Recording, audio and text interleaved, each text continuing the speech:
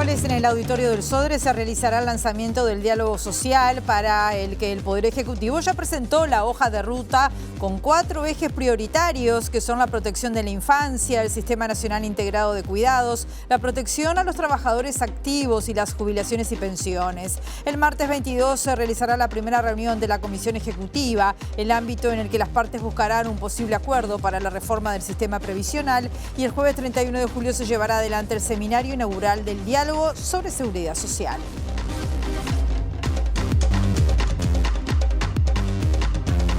¿Qué tal? ¿Cómo están? Bienvenidas, bienvenidos a MBD Noticias. Comenzamos con la información con 9 grados a esta hora aquí en Montevideo, en la capital. Una jornada que va a seguir con el cielo nuboso, cubierto, nieblas y neblinas, como están viendo allí en Montevideo. Los vientos soplando del sector este entre 10 a 30 kilómetros por hora y una máxima anunciada por Inumet de 16 grados. Estamos viendo las cámaras del Centro de Gestión de Movilidad de la Intendencia de Montevideo. Vicente Yáñez Pinzón, entre Carlos María Ramírez y Ruperto Pérez Martínez, hay hormigonado hasta las 18 horas. José Luis Vado, entre 14 de julio y Maquichen, hay obras de saneamiento. O Chiavari, entre Luis Alberto Herrera y Tomás Gómez Oro, también obras de saneamiento. Hay que estar atentos a estos puntos y otros de la capital. Vemos los títulos que se destacan a esta hora.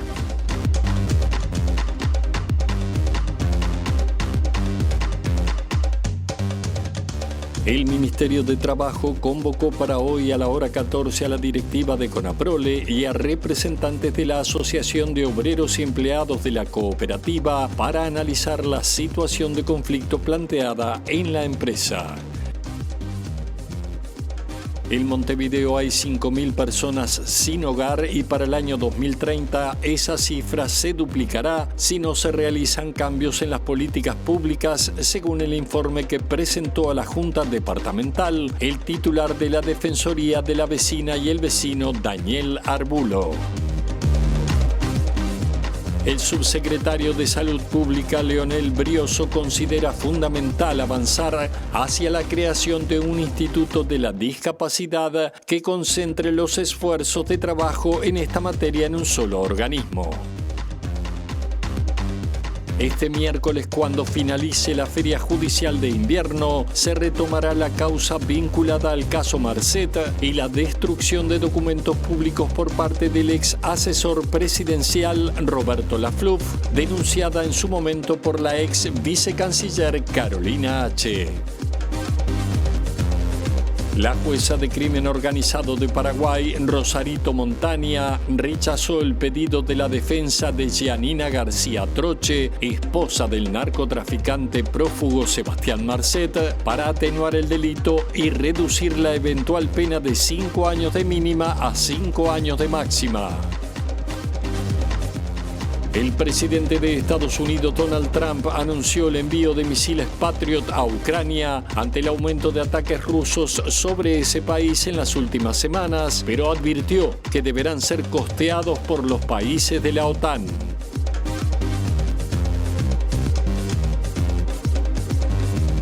Este miércoles en el auditorio del Sodre se va a realizar el lanzamiento del diálogo social para el que el Poder Ejecutivo ya presentó la hoja de ruta con 4 ejes prioritarios como la protección a la infancia, el Sistema Nacional Integrado de Cuidados, la protección a los trabajadores activos y las jubilaciones y pensiones. Según publicó La Diaria, el martes se va a estar realizando la primera reunión de la Comisión Ejecutiva, el ámbito en el que las partes buscarán un posible acuerdo para la reforma del sistema previsional, y el jueves 31 de julio se llevará adelante el seminario inaugural del diálogo sobre seguridad social. El gobierno pretende organizar múltiples instancias de carácter académico para así debatir sobre los desafíos del sistema previsional. Según el cronograma, noviembre es la fecha límite para que la Comisión Ejecutiva recopile los insumos y comience así la negociación hacia los acuerdos de la reforma. El 30 de abril del 26 es el plazo máximo para la elaboración de un documento que contenga propuestas para el Poder Ejecutivo, y en principio con ese documento el gobierno estaría elaborando uno o varios proyectos de ley. Vamos a seguir profundizando en este tema y novedades importantes las trae Abril Mederos. ¿Cómo estás, Abril? Bienvenida, buen mediodía para ti. Gracias, Rosina. Buen mediodía. Exacto, en el marco del lanzamiento del diálogo social que se va a realizar este miércoles, es que se reunió en este... No estamos teniendo sonido en el micrófono. ¿Me escuchan? Les contaba que en el marco del diálogo social que se va a estar lanzando este miércoles es que se reunió en este lunes el Comité Ejecutivo Nacional del Partido Colorado justamente para tratar la situación de qué rol va a ocupar el Partido Colorado, y se acaba de anunciar hace unos minutos que esta fuerza política no va a estar participando del diálogo social. En principio, para hablar sobre esto estamos con el diputado Felipe Esquipani, integrante del CEN Colorado. Gracias por estos minutos.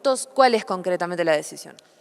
Estuvimos analizando la invitación que nos formuló el gobierno junto a nuestro referente en materia de seguridad social, que es el doctor Renan Rodríguez, y lo que nosotros manifestamos es nuestra disposición al diálogo sobre los temas que conforman este diálogo sobre seguridad social, porque son temas importantísimos para el país, los temas de la primera infancia, los temas de los cuidados. Lo que señalamos es que en el formato al que se nos invita a participar, los partidos políticos tienen una participación marginal, tienen 8 lugares en 22, o sea, son minoría. Y entendemos que no se está jerarquizando con el espacio que se le da la representación que los partidos políticos tienen en nuestro país. Nosotros, cuando estuvo aquí la delegación del gobierno que vino a presentarnos la hoja de ruta de este diálogo, le preguntamos si había algún margen para que los partidos políticos tengan mayor participación, y se nos dijo que el tema del formato era un tema laudado, que no había posibilidades de ningún cambio. Por tanto, lo que nosotros decimos es que en este formato, en donde los partidos políticos son minoría y tienen 8 lugares en 22, no estamos dispuestos a participar, porque sería legitimar un ámbito en donde vamos a tener nula incidencia. Ahora, si el gobierno rectifica e invita a los partidos políticos a tener un diálogo sobre los mismos temas y en otro formato en donde realmente los partidos tengan la incidencia que entendemos deben tener, como tuvieron en el pasado en otros diálogos que han convocado otros gobiernos. Recordemos el diálogo sobre seguridad del anterior gobierno, o el diálogo de Vázquez también sobre seguridad, o el diálogo de Mujica sobre educación. Se alcanzaron acuerdos importantes, pero allí estaban sentados los partidos. En esos formatos, en un formato en donde realmente haya una participación real, estamos dispuestos a participar. Ahora, ¿esto se planteó alguna clase de alternativa o de cuántos lugares entienden a ustedes que les corresponde? Porque el PIT-CNT en su momento planteó que quería más representación y se le otorgó otro de esos 22 lugares. Bueno, no había margen en la medida que cuando nosotros le planteamos a la delegación que vino aquí a la Casa del Partido, se nos dijo que era un tema inmodificable, ¿no? Que era un tema ya resuelto y laudado. Entonces, nosotros lo que hoy damos a conocer es nuestra postura sobre este formato al que se nos invita a participar, en donde entendemos que no hay una representación como la que los partidos políticos del Uruguay se merecen, partidos políticos que hemos participado del proceso electoral y hemos obtenido el respaldo ciudadano, y entendemos que tenemos que tener mucha más incidencia. En caso de que este formato no se modifique, ¿ustedes directamente no van a participar de las discusiones en esa instancia, esa decisión final? En este formato no vamos a participar, estamos abiertos naturalmente a que pueda haber de parte del gobierno un nuevo formato de participación con mayor relevancia de los partidos, o un espacio ad hoc, ¿no?, que puede ser otra alternativa para invitar a dialogar a los partidos políticos. En ese formato estamos dispuestos a participar, estamos dispuestos a aportar, como siempre lo ha hecho el Partido Colorado.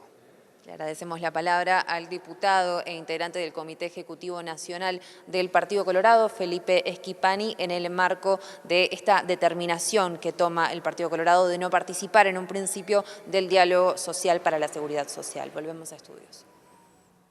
Muy bien, muchas gracias, Abril. Ahora, en este momento, en el Ministerio de Trabajo y Seguridad Social se está lanzando una campaña de sensibilización para prevenir accidentes laborales. Estamos viendo ya al ministro de Trabajo, Juan Castillo, hablando. Está Eduardo Delgado allí. Así es, Rosina. El Ministerio de Trabajo y Seguridad Social, junto a los trabajadores y empresarios de la construcción, está lanzando una campaña de sensibilización sobre seguridad en el ámbito laboral. Hay que recordar que es un sector que ha tenido varios siniestros este año, algunos de ellos mortales. Ya habló el Inspector General de Trabajo, Luis Puch, también lo hizo Javier Díaz en representación del ZUNCA y el presidente de la Cámara de la Construcción, Alejandro Rival. Los dejo con lo que está diciendo el ministro de Trabajo, Juan Castillo. A contratar funcionarios, a prepararnos, a capacitarnos, porque eso es lo que nos demandan, eso es lo que necesitan a veces nuestros funcionarios. Hemos tenido que ver cómo para poder concurrir a un departamento o a algún lugar del interior, ya no teniendo ni siquiera vehículos o no teniendo choferes, tener que tomarse ómnibus de línea para poder concurrir a prestar nuestras funciones. Bueno, eso habla de la modestia, eso habla del compromiso, pero también habla de lo que no podemos seguir haciendo. Hay que revertir esto, se tiene que entender de una vez por todas que se necesita defender la vida, la salud y que ninguno, ni el sindicato ni la empresa, quiere tener un siniestro en su lugar. A nadie le gusta llevar la solidaridad a la familia y a nadie le gusta tener una mancha allí como que está a la cabeza de los siniestros en modo laboral. Por tanto, es para todos nosotros un fuerte compromiso que lo hacemos, lo entendemos como una señal para el resto del mundo de trabajo, para la totalidad de la industria, cuando ingrese la promoción y la campaña, para agradecer y reconocer el papel que están jugando aquí trabajadores y empresarios en esta campaña que se han puesto al hombro, desde la actividad privada y en forma conjunta con el Ministerio de Trabajo. Queríamos también aprovechar públicamente para reconocerlo, reconocerle al sindicato, reconocerle al gremio, reconocerle al sector empleador que apueste también en la misma línea. Los discursos nos podrán salir mejor o peor. Los discursos pueden sonar más bonito o no tan gracioso, pero en realidad en la acción concreta, en el compromiso que estamos haciendo, que nosotros realmente nos sentimos congratulados y correspondidos por lo que están haciendo a partir de este evento. Por tanto, para nosotros poder venir a decir cuando culmine este nuevo semestre es que logramos las primeras señales, es reducir la cantidad de siniestros, la cantidad de heridos y la cantidad de fallecidos en el mundo del trabajo. Así que, en buena hora, el inicio de esta campaña y el agradecimiento de todo el Ministerio para la Inspección de Trabajo, para los inspectores y las inspectoras de trabajo, para el sector empleador y para el movimiento sindical por ponerse al hombro esta campaña.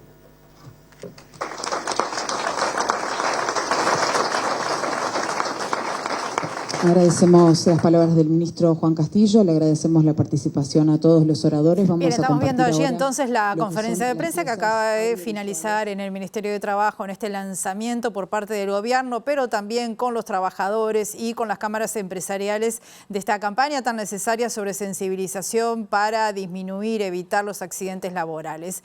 Y el Ministerio de Trabajo convocó para este lunes a las 14 horas a la directiva de CONAPROLE y a representantes de la Asociación de Obreros y Empleados de CONAPROLE para analizar la situación de conflicto planteada en la empresa. El viernes hubo paro de los trabajadores a nivel nacional en rechazo al cierre de la planta industrial de Rivera y se registraron algunos problemas de abastecimiento. Ante el anuncio de CONAPROLE del cierre de la planta 14 en Rivera, la Asociación de Obreros y Empleados de CONAPROLE definió un paro nacional el viernes 11 de julio, ya que la decisión de la empresa significaría la pérdida de empleo para más de 20 personas. En este marco, la Dirección Nacional de Trabajo citó a las partes a una reunión a las 14 horas de este lunes. Si bien la empresa ofreció que los trabajadores fueran incorporados a una planta en Montevideo, el sindicato lo rechaza por considerar que sería perjudicial para sus familias y para el departamento de Rivera, que es el que tiene mayores índices de informalidad laboral. A raíz del conflicto, el sindicato dispuso trabajo a reglamento hasta este domingo, afectando la recepción de leche de los productores. Esto, sumado al feriado del 18 de julio, podría agravar la escasez de leche en el mercado. Si bien algunos tamberos denunciaron haber tenido que desechar parte de su producción durante los últimos días dados los atrasos en la recolección, el sindicato emitió un comunicado negando estas acusaciones. AOEC anunció que, además del paro, convocará a una asamblea general y a movilizaciones si no se llega a un acuerdo. El secretario de Comunicación y Propaganda del PIT-CNT, Sergio Sommaruga, destacó la jornada de capacitación para delegados y delegadas que van a estar negociando la nueva ronda salarial con empresarios y el Poder Ejecutivo, organizada por la Central Obrera. Sommaruga señaló que uno de los objetivos es identificar los aspectos positivos de las pautas fijadas por el gobierno para defenderlos, como así también los negativos para intentar revertirlos. Una de las cosas que hemos señalado con respecto al alineamiento del Poder Ejecutivo para esta ronda de negociación colectiva es que las herramientas que plantea el gobierno no son adecuadas para el cumplimiento de los objetivos. Por ejemplo, durante los 2 años que van a durar los convenios, las trabajadoras y los trabajadores pueden llegar a perder salario real con respecto a la inflación en el transcurso de los 2 años. Y esa es una experiencia que no es buena para la gente, no es buena para la sociedad, pero tampoco es buena para el gobierno, que prometió una cosa y después eventualmente no la va a poder cumplir. Y el segundo elemento negativo importante que tienen los lineamientos es que pueden terminar los 2 años del convenio y no alcanzar el objetivo de mejorar el salario de los salarios sumergidos. ¿Por qué?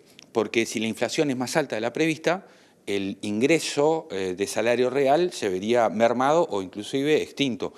En este contexto, Sommaruga defendió el planteo del PIT-CNT de aplicar un impuesto de 1% al 1% más rico de la población, con miras a reducir las desigualdades sociales, principalmente de las infancias. Tienen que ver con financiar la erradicación de la pobreza en las infancias con el apaciguamiento de la desigualdad creciente. Es decir, cada vez tenemos menos gente con más dinero y más gente en la pobreza. Entonces, este tributo al 1% más rico no va a ser más pobre ni le va a sacar derechos a nadie, pero sí va a resolver el problema de los derechos postergados de las infancias en nuestro país.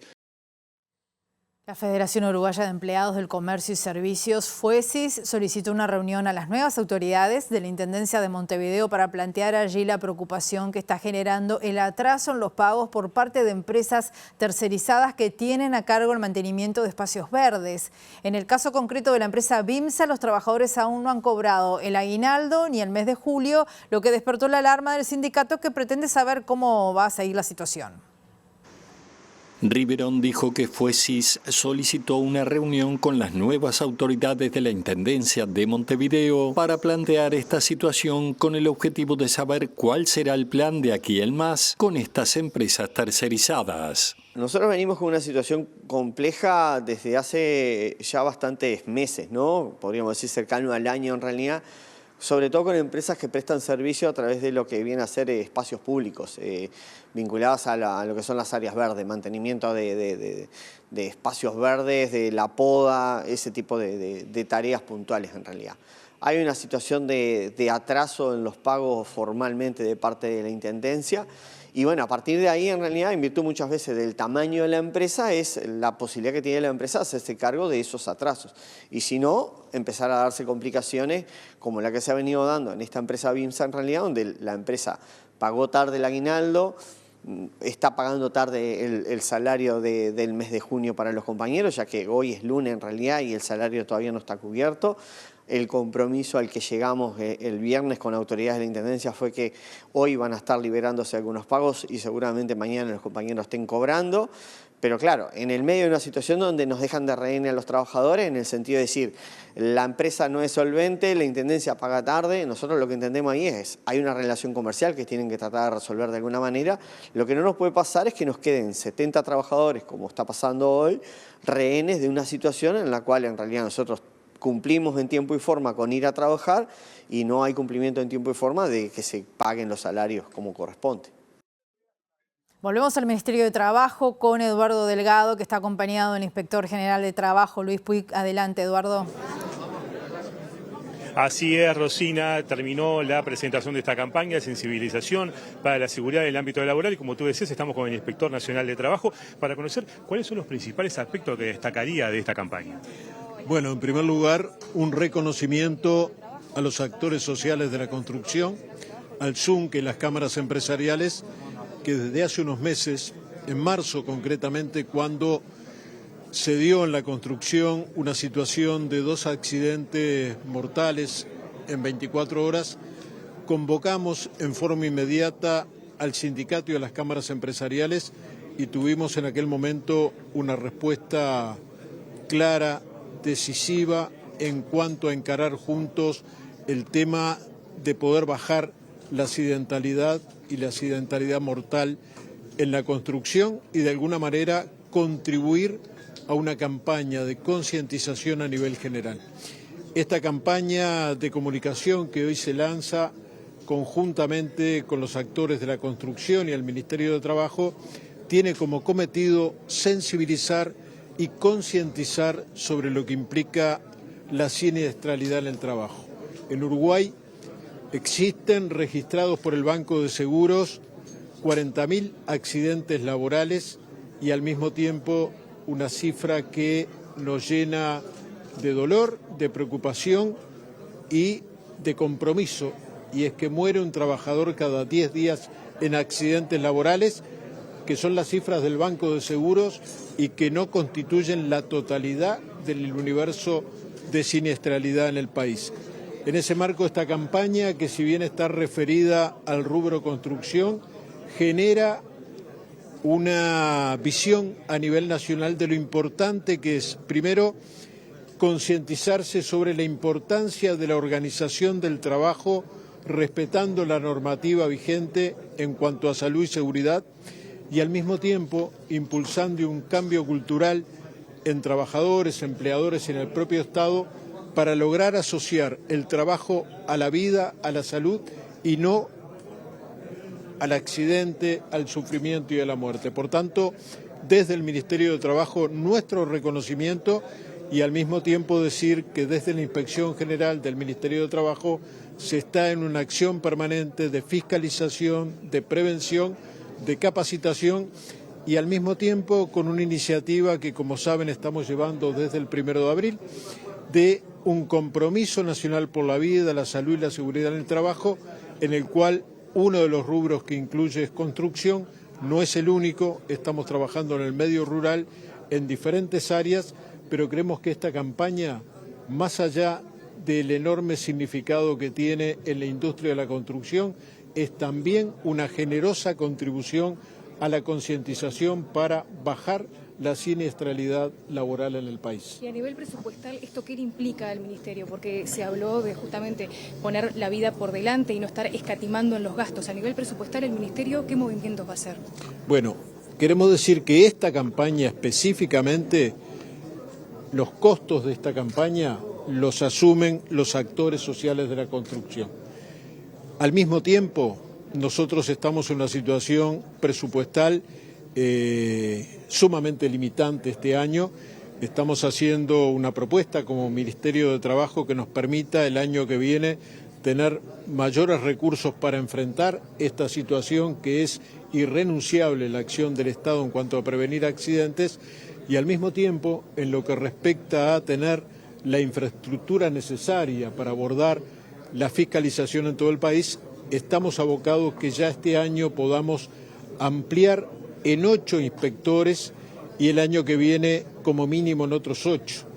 ¿Qué significa esto? Bueno, tener mejores herramientas para tratar de prevenir, de concientizar, de formar, de capacitar. Por tanto, creemos que para el año próximo se debe hacer un esfuerzo presupuestal importante.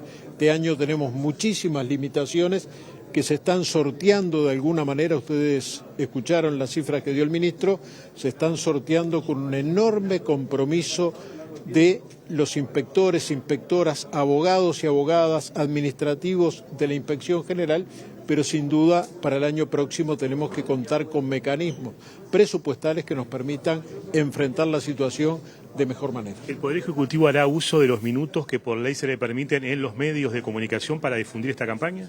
Bueno, nosotros tenemos 2 campañas previstas. Esta que hoy se lanza por parte de los actores de la construcción y con la convocatoria que le hicieron al Ministerio de Trabajo, y en las próximas semanas estamos conjuntamente con el Banco de Seguros impulsando, y seguramente con el apoyo de OIT, impulsando una campaña general para todos los rubros, y allí el equipo de comunicación del Ministerio está trabajando activamente con Presidencia para poder desarrollar la campaña de bien público que será sin duda una herramienta muy importante de llegada a todo el país. Estamos viendo entonces al Inspector General de Trabajo, Luis Puig, en diálogo con nuestro compañero Eduardo Delgado y el resto de la prensa a propósito de este lanzamiento muy relevante de la campaña para prevenir accidentes laborales. Hacemos la primera pausa, volvemos enseguida.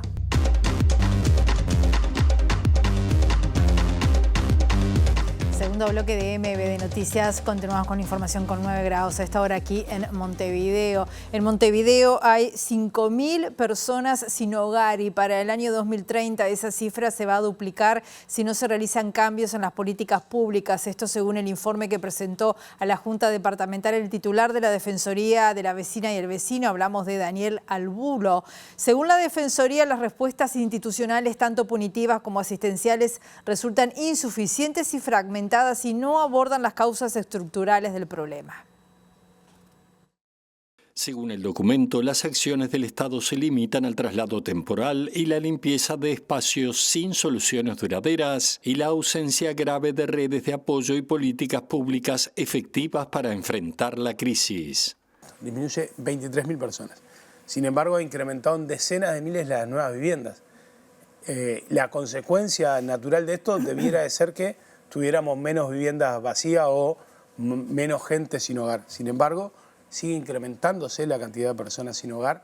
Nosotros en esto hicimos 2 planteos a la Junta Departamental, uno el año pasado con un informe de la Facultad de Arquitectura que advierte algo que es muy importante. En el 2030, de no mediar un cambio sustancial de políticas públicas, vamos a tener 10.000 personas sin hogar. Casi 7 de cada 10 reclamos que llegan a la Defensoría tienen que ver con problemas de convivencia. En términos de reclamos o asuntos que llegan a la Defensoría, casi la mitad tiene que ver con convivencia. Y eso es un llamado de atención en muchísimos de nuestros barrios. Tiene que ver con la convivencia entre vecinos y vecinas, tiene que ver con algunos desfasajes generacionales por la puja del espacio público, y esto tiene que ver, por ejemplo, con horarios, ruidos molestos y demás. Tiene que ver con una forma poco simpática de recibir los montevideanos y montevideanas a la migración, que es muy importante. Y además tiene esto de la convivencia también un papel de la Intendencia y de los municipios que empieza a jugar de manera importante cuando se toman algunas decisiones que por más que estén en la norma, no necesariamente contribuyen a la convivencia. Consultado sobre el nuevo precio del boleto, Arbulo señaló que el transporte es caro para el servicio que se brinda. No obstante, es optimista respecto a que haya mejoras en el transporte público de Montevideo, aunque se sigue circulando a la misma velocidad que en 1930. La Dirección General Impositiva lanzó una campaña para que los contribuyentes de IRPF e IAS puedan completar el formulario de declaración jurada sobre los impuestos en línea a través de los canales del organismo. Si el contribuyente desea ser asistido personalmente, tiene que agendarse en línea por el WhatsApp al 098-104-400 o llamando en el horario de 9:30 a 15:30 horas, en este caso el número 151 desde Montevideo o al 2151 desde el interior del país. Hacer la declaración jurada de IRPF e IAS es tan rápido que se explica en menos de los 30 segundos que dura esta publicidad. Ingresas a gu.uis/DGI. Tus datos están precargados. Chequeas, confirmas y listo. Las personas contribuyentes del impuesto sobre las rentas a las personas físicas, IRPF, tanto trabajadores dependientes como independientes, pueden realizar su declaración jurada con la información precargada de su actividad del año 2024 a través de la aplicación o en el portal web de la DGI mediante la identidad digital. Los trabajadores independientes, además de verificar los pagos y retenciones por su actividad, deberán completar los ingresos. Los jubilados y pensionistas contribuyentes del impuesto de asistencia a la Seguridad Social IAS que presenten declaración jurada dispondrán de un formulario en la página de la DGI con todos los ingresos por pasividades y pensiones, así como las retenciones de las diferentes instituciones previsionales. Estos datos no se pueden modificar, solo se podrán agregar los créditos por alquiler.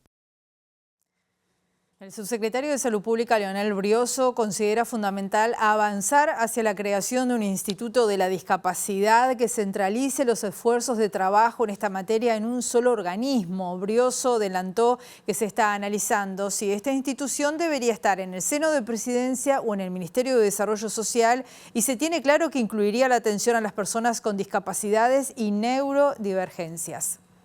El subsecretario de Salud Pública, Leonel Brioso, dijo que preocupa la integración en el ámbito educativo de las personas con discapacidades y neurodivergencias. Agregó que hay que tener un lugar donde denunciar situaciones que vulneren estos derechos. Creemos que es fundamental la idea de ir hacia un instituto de discapacidad centralizado y que todos los ministerios que tenemos que ver con esto coordinemos las acciones, que no solamente son de la salud y de lo social, o sea, Ministerio de Salud Pública y MIDE, sino también, por ejemplo, el tema de la vivienda, porque las personas con trastornos de este tipo van a desarrollarse, van a crecer, van a ser adultos y muchas veces sus familias de origen van a dejar de estar y tienen que tener, por ejemplo, una solución a su vivienda. Dentro de lo específicamente sanitario, lo que creemos que es clave es tratar de generar protocolos de acción para poder primero diagnosticar precozmente y luego generar un abordaje y un manejo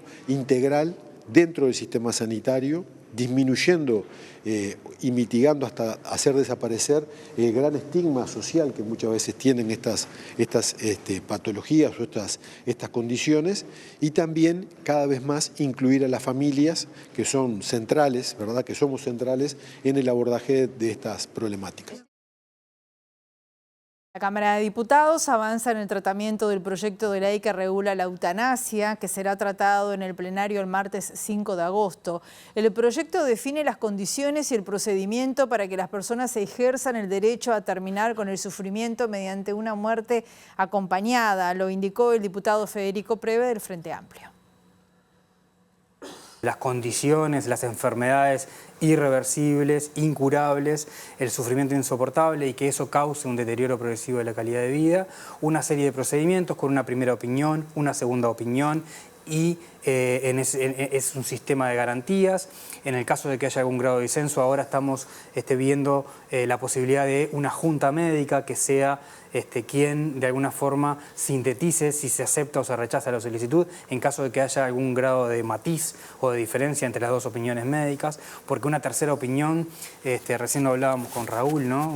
La tercera opinión cuando hay un grado de disenso entre la primera y la segunda de un profesional es bastante fuerte, como nosotros como médicos poder, digamos, generar una síntesis cuando hay dos médicos que tienen matices. Bueno, hacer una junta médica parece un poco más razonable, siempre con plazos determinados, porque lo que no nos puede sacar de eje es que estamos regulando un derecho de una persona que está sufriendo, por lo tanto no se puede burocratizar el tema, y por eso es que, como sucede en España o como sucedió mucho tiempo en Canadá, se puso una comisión de revisión anterior y hay gente que fallece esperando que esa comisión revise el caso. El Ministerio de Salud Pública comenzó hoy la vacunación contra el meningococo con una primera dosis para lactantes desde los 2 meses, a la que seguirá una segunda etapa que incluye a niños y niñas desde 1 año y adolescentes de 11 años. La inversión total destinada este año para la vacunación es de $10 millones. Que de ahora en adelante, cada lactante al cumplir sus 2 meses comienza con el esquema de vacunación anti-meningo B. Y va a recibir una vacuna a los 2 meses, a los 4 meses y a los 15 meses el refuerzo. Esa es la cobertura anti-meningo B.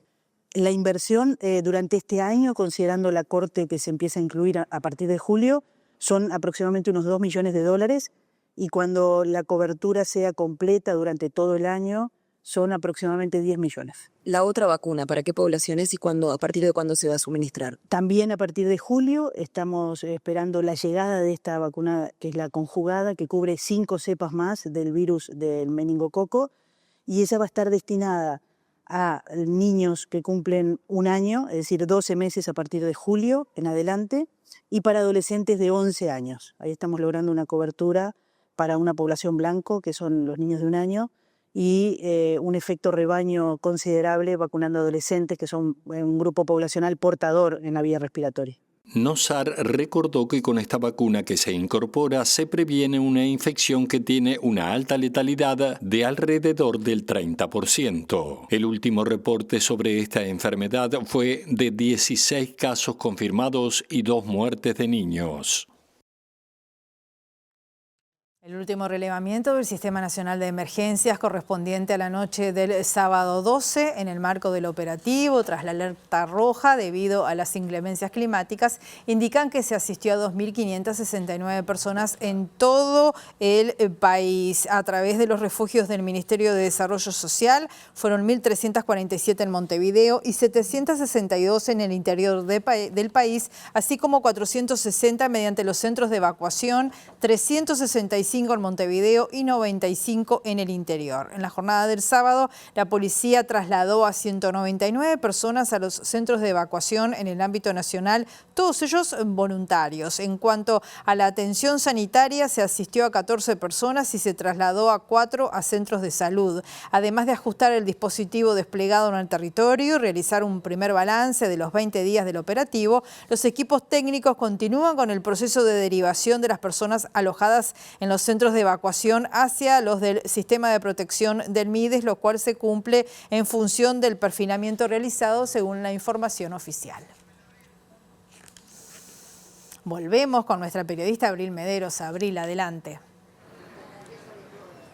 Gracias, Rosina, y nos encontramos en la torre ejecutiva porque finalizó hace tan solo unos minutos la reunión que mantenía el presidente de la República, Yamandú Orsi, con el actual presidente del Instituto de Inclusión Social Adolescente del INISA, Jaime Saavedra, en la cual se trató la continuidad o no del cargo del presidente justamente a razón de las diferencias que viene manteniendo con el director del INISA por el oficialismo, Eugenio Acosta, algo que ya ha trascendido hace varias semanas, el mal relacionamiento que tienen estos dos jerarcas y que ameritó una nueva reunión con el presidente. Saavedra se retiró de las instalaciones de la torre ejecutiva sin precisarle a la prensa si va a continuar o no en el cargo, pero bueno, cabe destacar que sí hubo una instancia y estaremos teniendo novedades oficiales respecto a su continuidad próximamente. Y vamos con otro tema, porque también aquí en la torre ejecutiva se movilizan familiares de personas privadas de libertad que han sido trasladadas a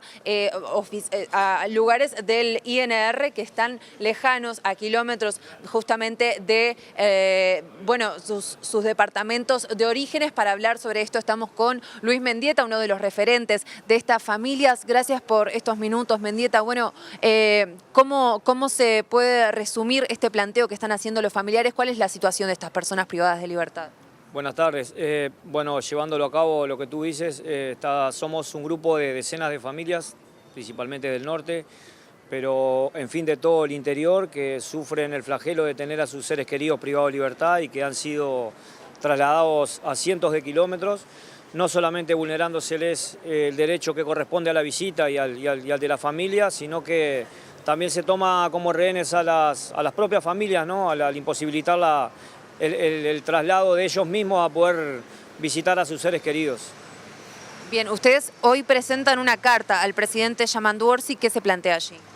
Sobre el derecho que existe, que está establecido en la ley 14.447, en el artículo 10, donde dice claramente que todo privado de libertad tiene derecho a ser visitado por familiares y amigos. Entre otras cosas, sabemos que hay muchos otros derechos que se vulneran, pero en fin, traemos esta problemática de primera línea.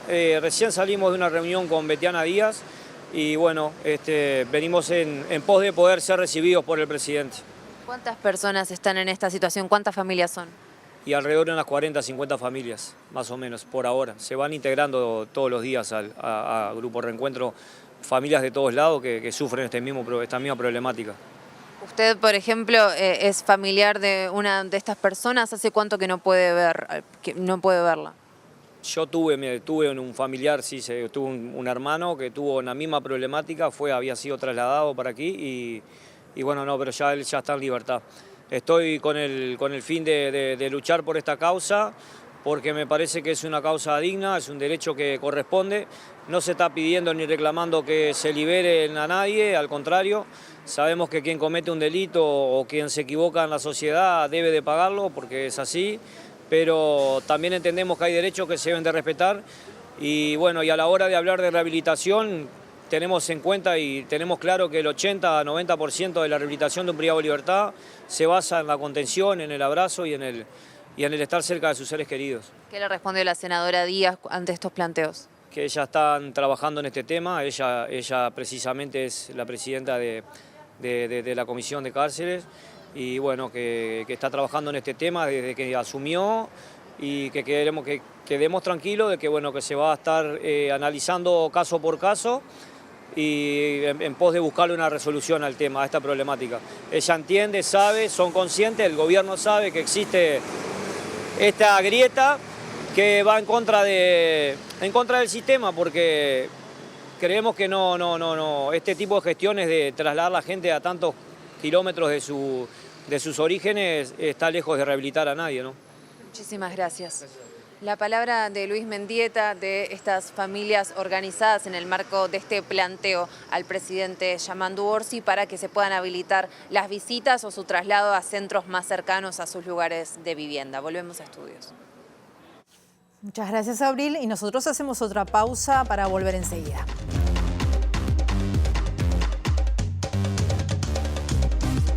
Último bloque de MBD Noticias, continuamos con la información y les contamos que el final de la Feria Judicial de Invierno que se cumple este miércoles va a estar reactivando varias causas de relevancia, como la vinculada al caso Marcet y la destrucción de documentos públicos por parte del ex asesor presidencial Roberto Lafluf, denunciada en su momento por la ex vicecanciller Carolina H. H será la primera en ser citada a declarar por el fiscal Alejandro Machado y luego lo será el expresidente Lacalle Pou. H había declarado en la causa abierta por la Fiscalía de Delitos Complejos el 1 de noviembre de 2023, revelando que el ex canciller Francisco Bustillo le había pedido que perdiera el celular para evitar que la justicia accediera a los chats sobre Marcet que había intercambiado con el ex subsecretario del Interior, Guillermo Maciel. Esas comunicaciones evidenciaron que Bustillo y el ministro del Interior, Luis Alberto Heber, ocultaron información durante la interpelación parlamentaria en agosto de 2022 por la entrega del pasaporte a Marcet mientras estaba preso en Dubái, cuando afirmaron que no sabían que se trataba de un narco pesado y peligroso. En este sentido, H reveló que Lafluf la convocó el 22 de noviembre de 2022 a una reunión junto con Maciel en Torre Ejecutiva, a la cual Lacalle Pou dijo que pasó a saludar, para pedirle que borre los chats y que Maciel ya lo había hecho. La ex vicecanciller contestó que no y que además los había protocolizado por escribano y entregado en Cancillería, pero Lafluf le informó que había roto ese material, por lo que H protocolizó nuevamente los chats. Si bien la denuncia iniciada de oficio luego de la interpelación fue archivada el año pasado, ante la falta de elementos que confirman un delito, el fiscal Alejandro Machado sentenció que Bustillo y Heber mintieron al Parlamento porque sabían quién era Marcet. La causa que se retoma este lunes es sobre la rotura del documento, que como nuevo elemento tiene el informe recibido en junio por las nuevas autoridades de Cancillería sobre lo actuado por la anterior administración sobre este tema. La jueza de crimen organizado de Paraguay, Rosarito Montaña, rechazó el pedido de la defensa de Yanina García Troche, esposa del narcotraficante prófugo Sebastián Marcet, para atenuar el delito y reducir la eventual pena de 5 años de mínima a 5 años de máxima. La magistrada tampoco aceptó tratar su situación en paralelo por fuera de la causa principal conocida como Ultranza Pi, cuyo juicio comienza este lunes. Este lunes se inició formalmente en Paraguay el juicio derivado del operativo a Ultranza Pi del año 2021, el más grande en la historia de ese país vinculado al narcotráfico y delitos conexos, y que en esta etapa tiene a 18 personas sentadas en el banquillo de los acusados vía Zoom, entre ellas Miguel Ángel Insfrán, alias Tío Rico, socio de Sebastián Marcet en el tráfico de cocaína desde Sudamérica hacia Estados Unidos y Europa. En este contexto, se supo que la esposa de Marcet, Yanina García Troche, extraditada a Paraguay desde España el 23 de mayo, recibió 2 reveses judiciales en las últimas horas. La jueza Rosarito Montaña rechazó 2 planteos de su abogado Hugo Ramón Núñez. El primero, para que sea juzgada por lavado de dinero simple, que prevé una pena de hasta 5 años y no por lavado de activos producto del narcotráfico, que prevé de 5 a 15 años de prisión. La jueza fundamentó que esa tipificación, además de ser la correcta, es por la cual España aceptó la extradición y por tanto García no puede ser juzgada por un delito distinto. Montaña tampoco aceptó estudiar su caso aparte del proceso principal en el que su esposo se mantiene prófugo siendo el principal acusado. García Troche está imputada por crear la empresa Grupo San Jorge con un capital de $130.000 y el poder sobre 75% de las acciones, además de abrir una cuenta en Banco Visión a través de la cual se blanqueaba el dinero que provenía de la droga y no de su empresa inscrita como rentadora de autos.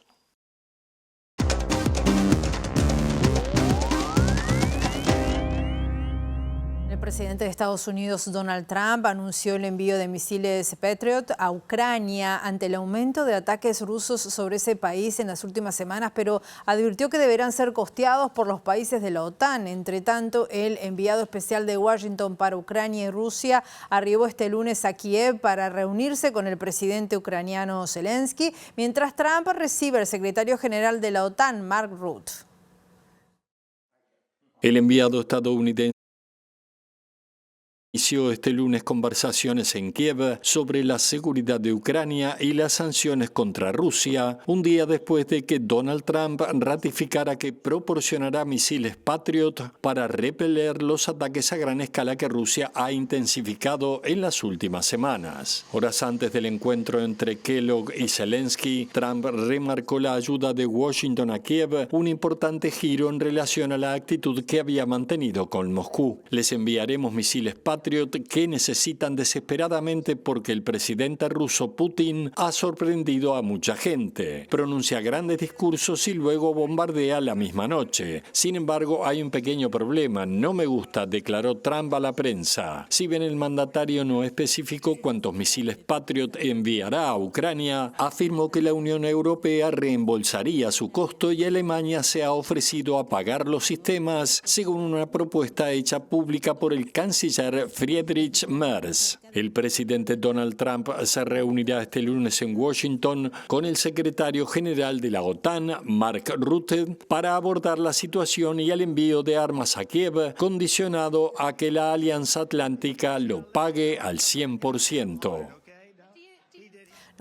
Volvemos en la edición central a las 18:30 o mañana a las 8 la primera edición de MBD Noticias. Que pasen ustedes muy bien.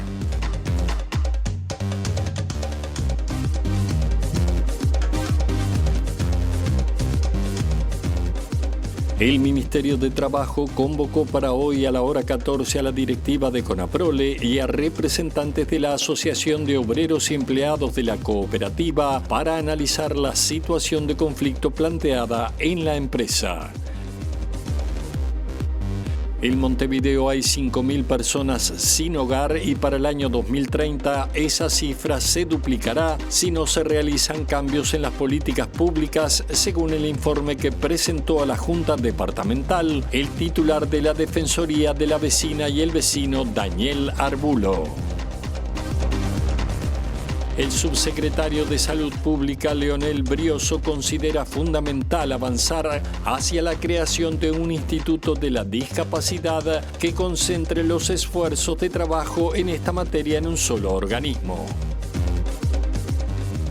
Este miércoles, cuando finalice la feria judicial de invierno, se retomará la causa vinculada al caso Marcet y la destrucción de documentos públicos por parte del ex asesor presidencial Roberto Lafluf, denunciada en su momento por la ex vicecanciller Carolina H. La jueza de crimen organizado de Paraguay, Rosarito Montaña, rechazó el pedido de la defensa de Giannina García Troche, esposa del narcotraficante prófugo Sebastián Marcet, para atenuar el delito y reducir la eventual pena de 5 años de mínima a 5 años de máxima. El presidente de Estados Unidos, Donald Trump, anunció el envío de misiles Patriot a Ucrania ante el aumento de ataques rusos sobre ese país en las últimas semanas, pero advirtió que deberán ser costeados por los países de la OTAN. Este miércoles 15 en el auditorio del Sodre se realizará el lanzamiento del diálogo social para el que el Poder Ejecutivo ya presentó la hoja de ruta con 4 ejes prioritarios: la protección a la infancia, el Sistema Nacional Integrado de Cuidados, la protección a los trabajadores activos y las jubilaciones y pensiones.